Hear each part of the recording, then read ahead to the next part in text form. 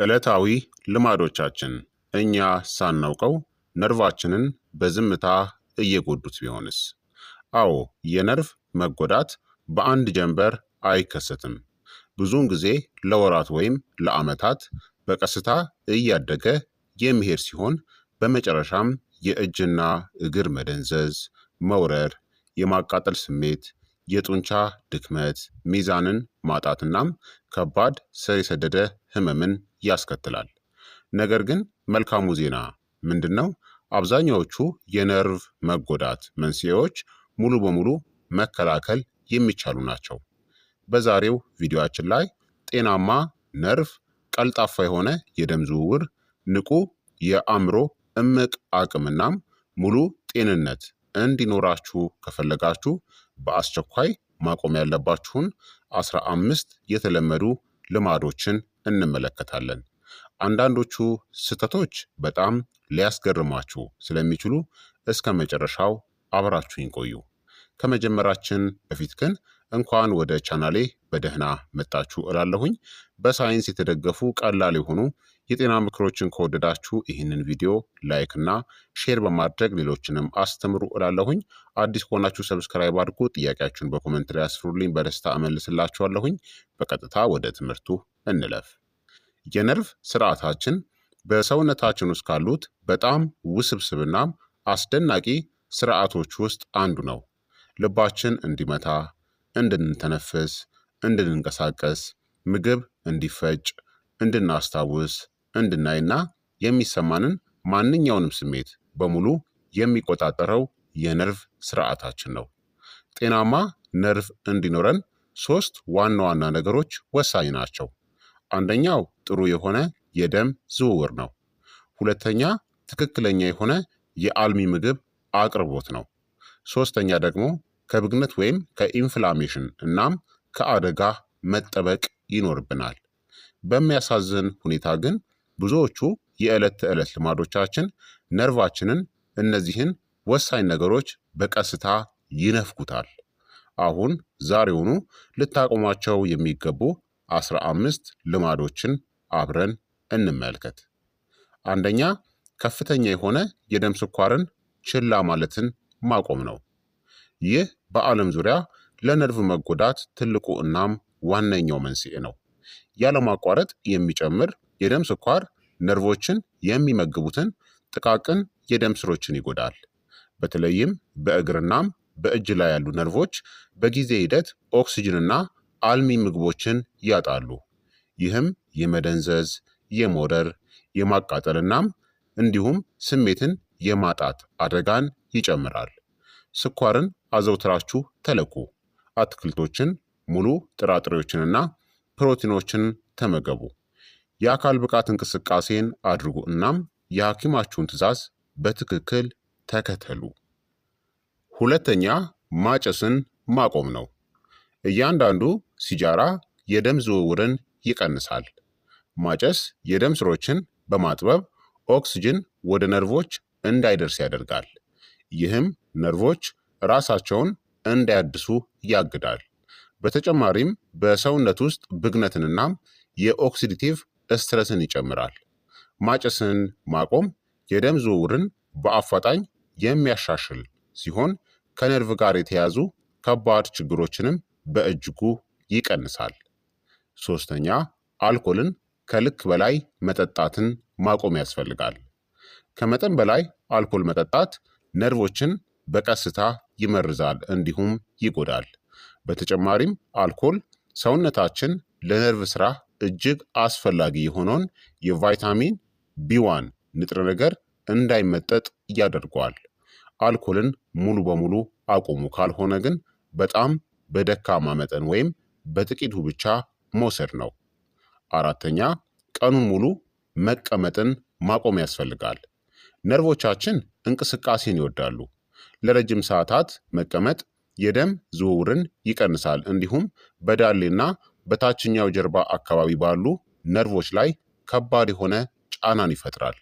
በየ30 ወይም ደግሞ 60 ደቂቃው ተነስታችሁ ቁሙ። ሰውነታችሁን ለጥጡ ወይም ስትሬች አድርጉ። በየቀኑ ተራመዱ። በሳምንት ቢያንስ 150 ደቂቃ መጠነኛ እንቅስቃሴን ለማድረግ እቅድም ይኑራችሁ።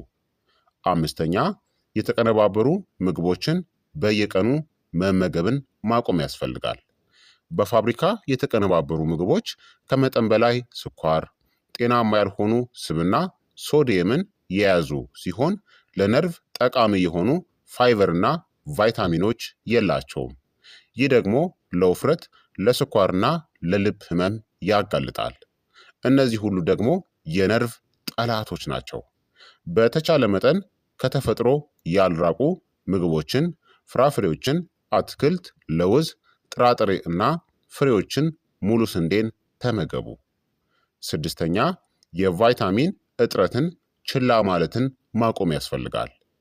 ጤናማ ነርቭ እንደ ቫይታሚን ቢ12፣ ቫይታሚን ቢ6 በተመጣጣኝ መጠን፣ ቫይታሚን ቢ1፣ ቫይታሚን ኢ እና ኮፐር ባሉ ንጥረ ነገሮች ላይ የተመሰረተ ነው።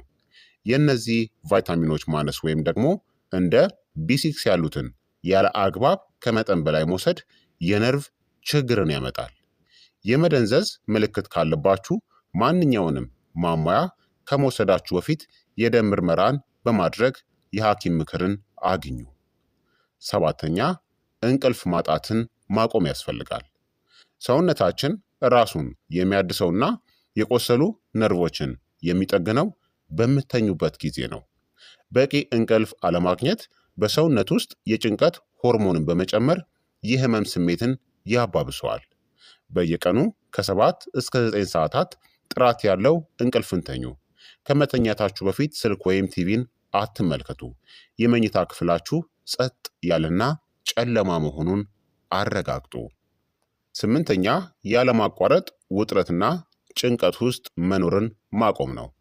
ስር የሰደደ ጭንቀት የነርቭ ስርዓትን ያናውጠዋል። ከፍተኛ የጭንቀት ሆርሞን ወይም ኮርቲሶል የጡንቻ መኮማተርንና የህመም ስሜትን ያባብሰዋል። ጭንቀትን ለመቀነስ በጥልቀት መተንፈስን ተለማመዱ። ጸሎት ወይም ሜዲቴሽን አድርጉ። በተፈጥሮ መካከል ተራመዱ። እንዲሁም ከምትወዷቸው ሰዎች ጋር ጊዜን አሳልፉ። ዘጠነኛ የማይመች ወይም ጥብቅ ጫማ ማድረግን ማቆም ነው። ጥብቅ እናም የማይመቹ ጫማዎች በእግራችሁ ውስጥ ያሉትን ነርቮች ሊጨምቋቸው ይችላሉ። ይህም በጊዜ ሂደት ለከባድ ህመም፣ ለመደንዘዝ ወይም ለመውረር ስሜት ይዳርጋል። ለአጠቃቀም ምቹ የሆኑ የእግራችሁን በደንብ የሚደግፉ እናም ለጣቶች በቂ ቦታ ያላቸውን ጫማዎችን ምረጡ። አስረኛ የማያቋርጥ መደንዘዝና መውረርን ችላ ማለትን ማቆም ነው። ብዙ ሰዎች ምልክቶቹ በራሳቸው ጊዜ ይጠፋሉ ብለው ተስፋ ያደርጋሉ። ነገር ግን የማያቋርጥ መደንዘዝ፣ ድክመት፣ ማቃጠል ወይም የሚዛን መዛባት በአስቸኳይ የህክምና ክትትል ያስፈልገዋል። የነርቭ ችግርን ቀድሞ መመርመር ህክምናው ይበልጥ ውጤታማ እናም ቀላል እንዲሆን ያደርጋል። 11ኛ የአካል ብቃት እንቅስቃሴን መተው ማቆም ነው። እንቅስቃሴ ለነርቭ መድኃኒት ነው። የደም ዝውውርን ያሻሽላል፣ የስኳር መጠንን ያስተካክላል፣ ጡንቻን ያጠነክራል፣ እንዲሁም ብግነትንም ይቀንሳል። በእግር መጓዝ፣ መዋኘት፣ ብስክሌት መንዳትናም ዮጋ የመሳሰሉትን ከጤናችሁ ሁኔታ ጋር የሚስማሙ እንቅስቃሴዎችን ምረጡ። 12ኛ በሰውነት ውስጥ የውሃ እጥረትን መፍጠር ማቆም ያስፈልጋል። ውሃ የነርቭ ሴሎችን ጨምሮ እያንዳንዱን የሰውነታችን ክፍል እንዲሰራ ያደርጋል። የውሃ እጥረት በቀጥታ ነርቭን ጡንቻ መኮማተርና ለድካም ይዳርጋል። እንደ አየር ንብረቱና እንደ ስራችሁ ሁኔታ ቀኑን ሙሉ በቂ ውሃ የመጠጣት ልማድ ይኑራችሁ። 13ኛ ስኳር የበዙባቸውን ምግቦችን ማዘወተር ማቆም ያስፈልጋል። ከመጠን በላይ ስኳር ወይም ደግሞ አድድ ሹገር መውሰድ ለክብደት መጨመርና ለደም ስኳር መዛባት ይዳርጋል። ይህ ደግሞ በጊዜ ሂደት የነርቭ መጎዳትን ያፋጥነዋል። ለስላሳ መጠጦችን፣ ከረሜላዎችን፣ ኬኮችንና ጣፋጭ ምግቦችን ቀንሱ። በምትኩ ተፈጥሯዊ ፍራፍሬዎችን ተመገቡ። 14ኛ የተሳሳተ የሰውነት አቀማመጥን ችላ ማለትን ማቆም ነው። በመቀመጥም ሆነ በመቆም ጊዜ የሰውነት አቀማመጥ መበላሸት በአንገት፣ በትከሻ እናም በታችኛው ጀርባ ነርቮች ላይ ተጨማሪ ጫናን ይፈጥራል። ይህ ደግሞ ወደ እጅና እግር የሚሄዱ ነርቮችን በመጭመቅ ህመምን ያመጣል። ስትቀመጡ እግራችሁ መሬት ይንካ። ስልክ ወይም ኮምፒውተር ስትጠቀሙ ከዓይናችሁ እኩል አድርጉ። ከባድ ዕቃን ስታነሱ በጀርባ ሳይሆን ከጉልበታችሁ ታጠፉ። 15ኛ ማሟያ ቫይታሚኖች ወይም ሰፕሊመንቶች ብቻቸውን ነርቭን ያድናሉ ብሎ ማሰብ ማቆም ያስፈልጋል። ሁሉንም የነርቭ ችግሮች ሊፈውስ የሚችል አንድ ተአምራዊ ቫይታሚን ወይም ቅጠላ ቅጠል የለም። የነርቭ ጤና መሰረቱ አጠቃላይ የህይወት ዘይቤን መቀየር ነው። ቫይታሚኖች ሊረዱ የሚችሉት ጉድለት ሲኖር ብቻ ነው። ዋናው መፍትሄ የተመጣጠነ ምግብን መመገብ፣ ማጨስን ማቆም፣ በቂ እንቅልፍን ማግኘትና የሐኪም ምክርን መከተል ነው። ታዲያ ለነርቭ ስርዓታችሁ በየቀኑ ማድረግ የምትችሏቸው ተጨማሪ ምርጥ ምክሮችን ልንገራችሁ። በኦሜጋ 3 የበለጸጉ ምግቦችን ተመገቡ። እንደ አሳ፣ ተልባ እናም ዋልነት ያሉ ምግቦች ነርቭን የሚጠብቅ ሽፋንን ማይሊን ሺዝን ለመገንባት ይረዳሉ።